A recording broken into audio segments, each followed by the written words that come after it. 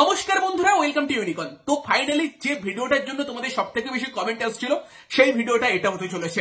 Kolkata Knight Riders এর playing 11 IPL 2025-এ best playing 11 best possible line up কি হতে চলেছে সেটা নিয়ে আমরা আলোচনা করব এই ভিডিওতে। এবং মোটামুটি কলকাতা নাইট রাইডার্স এর লাইন আপটা কিন্তু আমাদের কাছে 95% মানে পরিষ্কার হয়ে গেছে। কলকাতা কিরকম ভাবনা চিন্তা করেছে, কিরকম দল নিয়ে যেতে চলেছে সেটা আমাদের সামনে ক্লিয়ারই লাগছে। তো সেই নিয়ে এই ভিডিওতে আলোচনা করব। ইন্টারেস্টিং ভিডিও হবে, লাস্ট অব্দি দেখতে থাকো।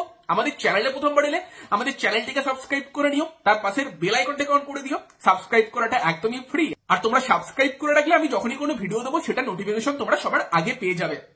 আর এই টপিকে এবার ভিডিও বানানো শুরু হলো, কেকেআর দিয়ে শুরু করছি। এরপর আস্তে আস্তে আমরা সব টিমকেই কভার করব। প্রত্যেকটা টিমের বেস্ট 11 কি হতে পারে সেগুলো এবার থেকে আমরা কন্টিনিউয়াসলি কভার করতে থাকবো। তো তোমাদের অনেকই রিকোয়েস্ট আসছে, তো সেগুলো আস্তে আস্তে তোমরা পেয়ে যাবে ভিডিও। তো আমরা মেনলি কথা বলবো এই ভিডিওতে কলকাতা নাইট রাইডার্স নিয়ে। দেখো, এবার একটা জিনিস আমার পার্সোনালি মনে হয় যে বিগত কয়েক বছরে কলকাতা নাইট রাইডার্স এর সব থেকে ক্লিয়ার কাট একটা লাইন আপ যেটা অকশনের পরে আমরা বুঝতে পারছি, সেটা আমার এই বছরের লাগছে। যে এই বছরের টিমটা একটা ক্লিয়ার ভিজন আছে। এই বছরের মানে অকশনে ম্যানেজমেন্ট মানে ঠিক করে নিয়েছিল সেকেন্ড দিনে যে আমরা এই টিমটার সঙ্গে কন্টিনিউ করতে চলেছি। প্রপার সেই টিমটা ওয়াইজ কিন্তু কেকেআর প্লেয়ার নিয়েছে, ব্যাকআপ গুলোও সেরকম নিয়েছে, সবকিছু কিন্তু ক্লিয়ার লাগছে। এবার last year KKR champion team হয়েছিল, সেখানে লাস্ট ইয়ারের থেকেও এবছরের অকশন স্ট্র্যাটেজিটা ক্লিয়ার আমার তো মনে হয়। কারণ লাস্ট ইয়ার যখন অকশন হলো তারপর আমরা বুঝতে পারিনি যে কেকেআর এর অ্যাকচুয়ালি প্লেইং 11 আদর্শ কি হতে পারে। সেখানে গুরবাজকে দিয়ে স্টার্ট করাবে অ্যাজ উইকেট কিপার ব্যাটসম্যান, নাকি তার আগের মরশুম জেসন রয় যে ভালো খেলে গিয়েছে তাকে দিয়ে স্টার্ট করাবে। এবার জেসন রয়কে দিয়ে স্টার্ট করালে কেএস ভরতকে খেলাতে হবে।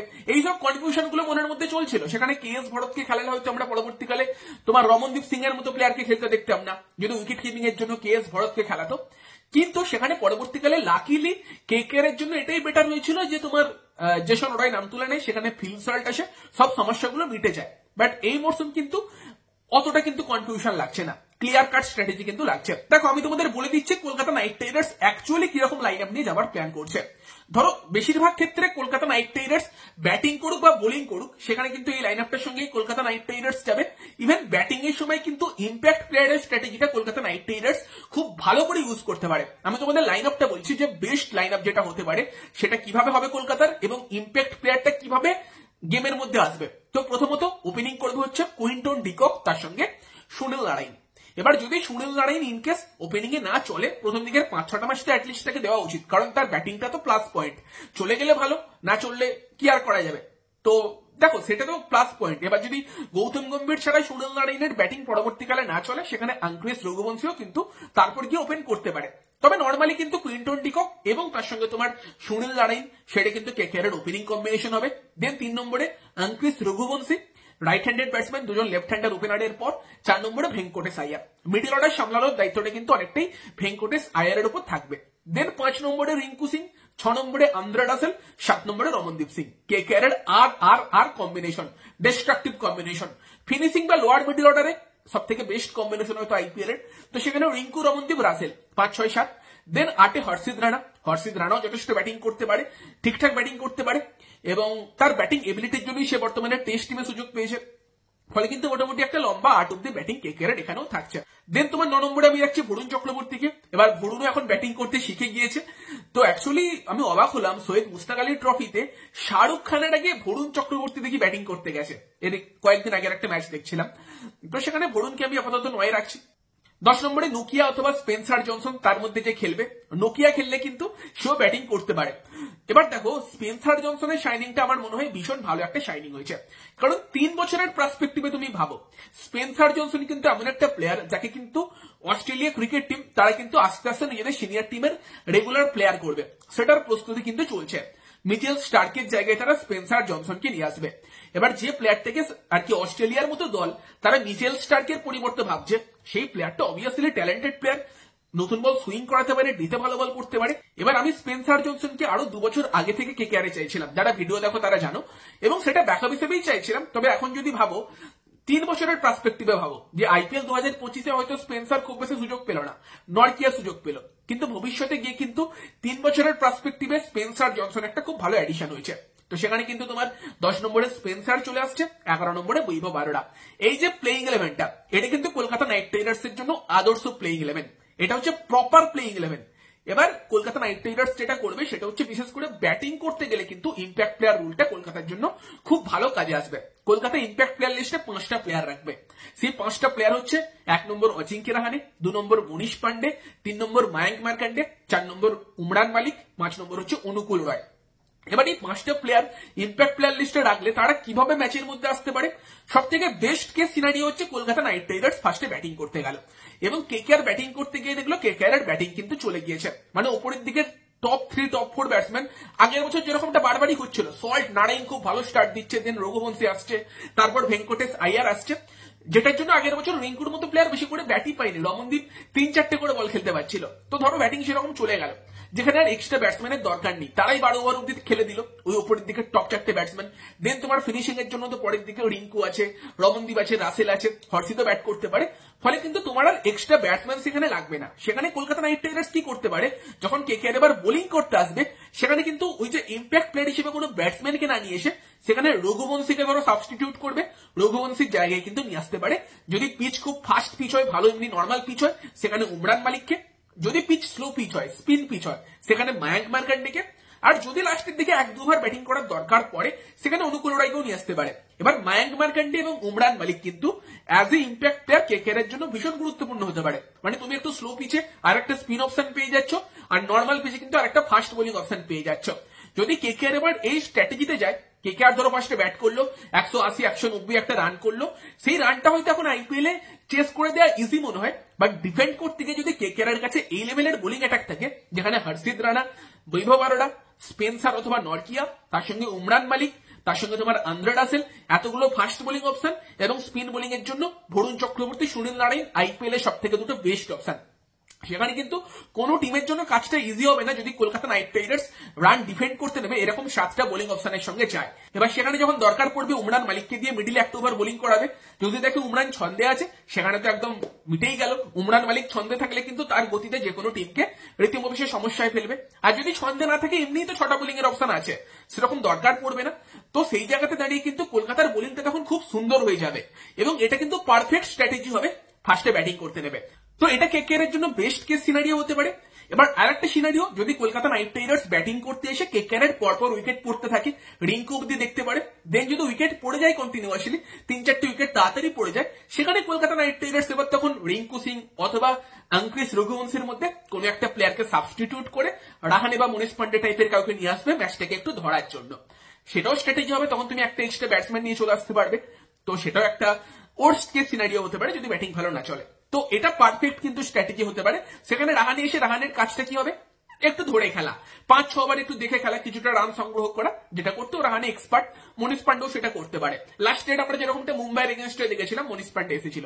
তো ফার্স্টে ব্যাট করতে নামলে কিন্তু এটা কলকাতার জন্য বেস্ট স্ট্র্যাটেজি হবে, যেখানে ব্যাটিং ভালো না চললে একটা এক্সট্রা ব্যাটসম্যান নিয়ে আসবে, ব্যাটিং চলে গেলে একটা এক্সট্রা বোলার, যেটা কেকেআর টিমের কিন্তু শক্তি অনেকটা বাড়িয়ে দেবে। বাট ফার্স্টে বোলিং করতে গেলে যে লাইন আপটা বললাম ওই লাইন আপটা নিয়ে যাবে, কিন্তু সেখানে আর তখন কলকাতা একটা উমরানের মতো এক্সট্রা বোলার নিয়ে আসার কথা ভাবতে পারবে না, কারণ তখন সেকেন্ড ব্যাটিং করতে গিয়ে ব্যাটিং কিরকম চলবে সেটা তো জানে না। তখন বোলিং হয়ে গেলে হয়তো তোমার আরোরাকে সাবস্টিটিউট করে নেবে, তখন সেখানে আরোরার জায়গায় তোমার অজিঙ্ক্য রাহানের মতো প্লেয়ার আসবে ফার্স্টে বোলিং করতে গেলে, তখন এই স্ট্র্যাটেজিটা হবে। তো এটা কিন্তু হচ্ছে কলকাতা নাইট রাইডার্স এর best playing 11, best strategy IPL 2025 এর জন্য। সব প্লেয়াররা ফিট থাকলে কিন্তু কেকেআর এই স্ট্র্যাটেজিতেই যাবে। ব্যাকআপ গুলো কিন্তু কেকেআর খুব ভালো তুলেছে, আমরা আলোচনাই করছিলাম 4টে বিদেশি 4টে প্রপার ব্যাকআপ আছে। তোমার যদি কুইন্টন ডিকক না অ্যাভেলেবেল থাকে গুরবাস চলে আসবে, সুনীল নারায়ণ অ্যাভেলেবেল না থাকলে মঈন আলী আসবে। মঈন আলী হয়তো ওপেন করবে না, বাট সেখানে রঘুবংশী ওপেন করে ভেঙ্কটেশ 3-এ মঈন 4-এ খেলতে পারে। রাসেল অ্যাভেলেবেল না থাকলে তার প্রপার ব্যাকআপ কিন্তু পাওয়েল হতে পারে, এবং তোমার নরকিয়া, স্পেন্সার জনসন দুজনই ভালো ফাস্ট বোলার যে আসবে। তো সেখানে কিন্তু বিদেশিদের যেরকম ব্যাকআপ আছে সেরকম ইন্ডিয়ান প্লেয়ারদের কথা বললে সেখানে অঙ্কুশ রঘুবংশী বা ভেঙ্কটেশ আইয়ার অ্যাভেলেবেল না থাকলে রাহানে এসে তাদের রিপ্লেস করতে পারে। ইভেন লুবনীত সিসোদিয়ার অপশনটাও কেকেআর ট্রাই করতে পারে। মানে লাস্ট ইয়ার তোমরা ভাবিনি, যখন নীতিশ রানা ইনজিওর্ড হলো সবাই ভাবছিল মনীষ পান্ডে আসবে, বাট সেখানে কেকেআর অঙ্কুশ রঘুবংশীর মতো প্লেয়ারকে নিয়ে এসেছিল। যদি লুবনীত তোমার প্র্যাকটিসের ম্যানেজমেন্টকে ইমপ্রেস করতে পারে, সেখানে কিন্তু লুবনীত সিসোদিয়া টাইপের প্লেয়ারও চলে আসতে পারে রঘুবংশীর জায়গায়, যদি রঘুবংশী খুব ভালো ফর্মে না থাকে। বা ভেঙ্কটেশ আয়ারের জায়গায় তোমার আসতে পারে হচ্ছে তোমার অজিঙ্ক্য রাহানে, ইভেন রিঙ্কু সিং তারও পরিবর্তন কিন্তু হতে পারে মনীষ পান্ডে, বা রমনদীপ না থাকলে তারও পরিবর্তন হতে পারে তোমার মনীষ পান্ডে। বোলিং এর কথা বললে যদি আরোরা খুব ভালো না করতে পারে সেখানে উমরান চলে আসতে পারে তার জায়গায়, সেখানে হয়তো নরকিয়ার জায়গাতে স্পেন্সার ইউজ করতে পারে, কারণ সেখানে তোমার একটা তো সুইং বোলার লাগবে, এবং তোমার বরুণ চক্রবর্তীর ব্যাকআপ হিসেবে তোমার মায়াঙ্ক মার্কান্ডে আছে, মানে প্রত্যেকটা পজিশনে তুমি ব্যাকআপ তো পেয়ে যাবে।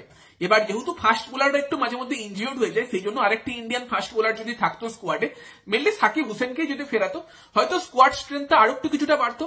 আর ব্যাটিং এ নীতিশ রানা ফিরলে অবশ্যই স্ট্রেংথ বাড়তে পারতো, বাট যে টিমটা আছে সেটা কিন্তু প্রপার একটা ভিজন নিয়ে বানানো। এবং অ্যাকচুয়ালি ভেঙ্কটেশ আয়ারের পেছনে ওই রকম 24 কোটির মধ্যে একটা অ্যামাউন্ট খরচা করে দেওয়ার পরও এতটা একটা ভিজন নিয়ে যে কেকেআর টিম বানিয়েছে, তার জন্য কেকেআর ম্যানেজমেন্টকে মানে ক্রেডিট দিতে হবে। সেই জায়গাতে দাঁড়িয়ে কলকাতা নাইট রাইডার্স ভালো টিম বানিয়েছে, প্রপার একটা ব্যালেন্স টিম বানিয়েছে। এবার অনেকের হয়তো বড় বড় নাম খোঁজার ইচ্ছে হলে তার হয়তো কেকেআর টিমে অনেক বড় বড় নাম হয়তো পাবে না, তবে এই টিমটাই তো লাস্ট ইয়ার চ্যাম্পিয়ন হয়েছিল, তার মধ্যে থেকে তো তুমি 9টা প্লেয়ারকে ফিরে পেয়েছো, মানে হিসেব মতো লাস্ট ইয়ার চ্যাম্পিয়ন করাতে যে প্লেয়ার গুলো বড় ভূমিকা নিয়েছিল তার মধ্যে সল্টিক আছে, ডিকক এসেছে, তোমার শ্রেয়াস আয়ারের ক্যাপ্টেন্সিটা আমরা মিস করবো, এবং স্টার্কের জায়গাতে নরকিয়া বা স্পেন্সার এসেছে। তবে স্টার্কের কিন্তু কেকেআরকে যে 1 নম্বর করে নিয়ে যাওয়া আইপিএল প্লে অফসে সেই অব্দি বিশাল ভূমিকা ছিল না, বাট প্লে অফস এবং ফাইনালে সে খেলে জিতিয়ে দিয়েছিল। বাট সেখানে দেখো চ্যাম্পিয়ন টিম তো পুরো ফিরে পাওয়া সম্ভব না, বাট অনেকটাই কেকেআর ফিরে পেয়েছে, সেখানে আই থিঙ্ক কেকেআর কিন্তু ভালো কাজ করেছে। এবার অনেক টিম বড় বড় প্লেয়ার তো নেয়, দেখো বড় প্লেয়ার নিলে যদি চ্যাম্পিয়ন হতে পারতো, তাহলে এমন অনেক টিম আছে যাদের টিমে সব থেকে বড় বড় প্লেয়াররা খেলেছে, বাট তারা একবারও চ্যাম্পিয়ন হতে পারেনি। চ্যাম্পিয়ন হবার জন্য ড্রেসিং রুমের পরিবেশটা কিরকম থাকছে, প্রত্যেকটা পজিশনে প্রত্যেকটা প্লেয়ারের রোল কতটা ক্লিয়ার, সেগুলো সব থেকে বেশি ম্যাটার করে, যেটা লাস্ট ইয়ার গৌতম গম্ভীর খুব ভালো সামলেছিল, এবং on field Shreyas Iyer as a captain তার স্ট্র্যাটেজিও ভালো ছিল। ওই দুটো জায়গা কেকেআরকে ম্যানেজ করতে হবে লাস্ট ইয়ারের সাকসেসটা ফিরিয়ে আনতে গেলে। ড্রেসিং রুমে গৌতম গম্ভীর যে মানে পরিবেশটা তৈরি করেছিল, সেটা ব্রাভো চন্দ্রকান্ত পণ্ডিতরা তৈরি করতে পারে কিনা সেটা একটা দেখার বিষয় থাকবে, কারণ অনেক কিছুই ম্যাটার করে। গম্ভীর ড্রেসিং রুমে থাকলে সুনীল নারায়ণ ভালো খেলে, এগুলো তো কোইন্সিডেন্স না, প্লেয়ারের উপর ভরসা দেখায়, প্লেয়ারকে সেই সাপোর্টটা করে, সেই জন্যই আসে। তো সেগুলো সম্পূর্ণ ড্রেসিং রুম খুশি করার উপর ডিপেন্ড করে থাকবে। আর একটা হচ্ছে শ্রেয়াস আয়ার যে ক্যাপ্টেন্সিটা করেছে, শ্রেয়াসের ক্যাপ্টেন্সির আমি ফ্যান, আমার মনে হয় এই মুহূর্তে ইন্ডিয়ান ইয়ং ক্যাপ্টেনদের মধ্যে শ্রেয়াস অন্যতম সেরা। তো সেই ক্যাপ্টেন্সিটা সম্ভবত ভেঙ্কটেশ আয়ার যে কেকেআর এর ক্যাপ্টেন হয়তো হবে, সে করতে পারে কিনা। ভেঙ্কটেশ আয়ারেরও কিন্তু একটা ক্লিয়ার ব্রেন আছে, এটা আমরা জানি। এই দুটো জিনিস ফ্যাক্টর করবে কেকেআর আইপিএল 2024-এর সাকসেসটা 2025-এ নিয়ে আসতে পারে কিনা, সেটা মানে সেটার উপর। তবে কেকেআর কিন্তু এই টিমটা সামনে 3 বছরের প্ল্যানিং এ বানিয়েছে, এবং সেই জন্য ইয়ং প্লেয়ারদের আধিক্য আমরা দেখতে পাচ্ছি, এবং আই থিঙ্ক এই টিমটা নিয়ে ভবিষ্যতে সাকসেস আশা করা যেতেই পারে। সেটা 2025-এ না এলেও 26-এ আসবে, 26-এ না এলেও 27-এ আসবে। সেখানে কেকেআর ভালো করবে এই সার্কেলটাই, সেটাই আমার মনে হয়। বাকি দেখা যাক, রাসেলের ভূমিকাটা অনেক বেশি থাকবে, রাসেল কিরকম ফিটনেস ধরে রাখতে পারে সেটা। তো তোমাদের মধ্যে কেকেআর এর বেস্ট 11 কেমন হতে পারে জানিও, এবং আমি যে স্ট্র্যাটেজিটা বললাম এটাতেই কি কেকেআর যাবে? আমার তো মনে হচ্ছে এরকম স্ট্র্যাটেজিতেই কিন্তু কলকাতা নাইট রাইডার্স সামনের আইপিএল এ খেলতে চলেছে।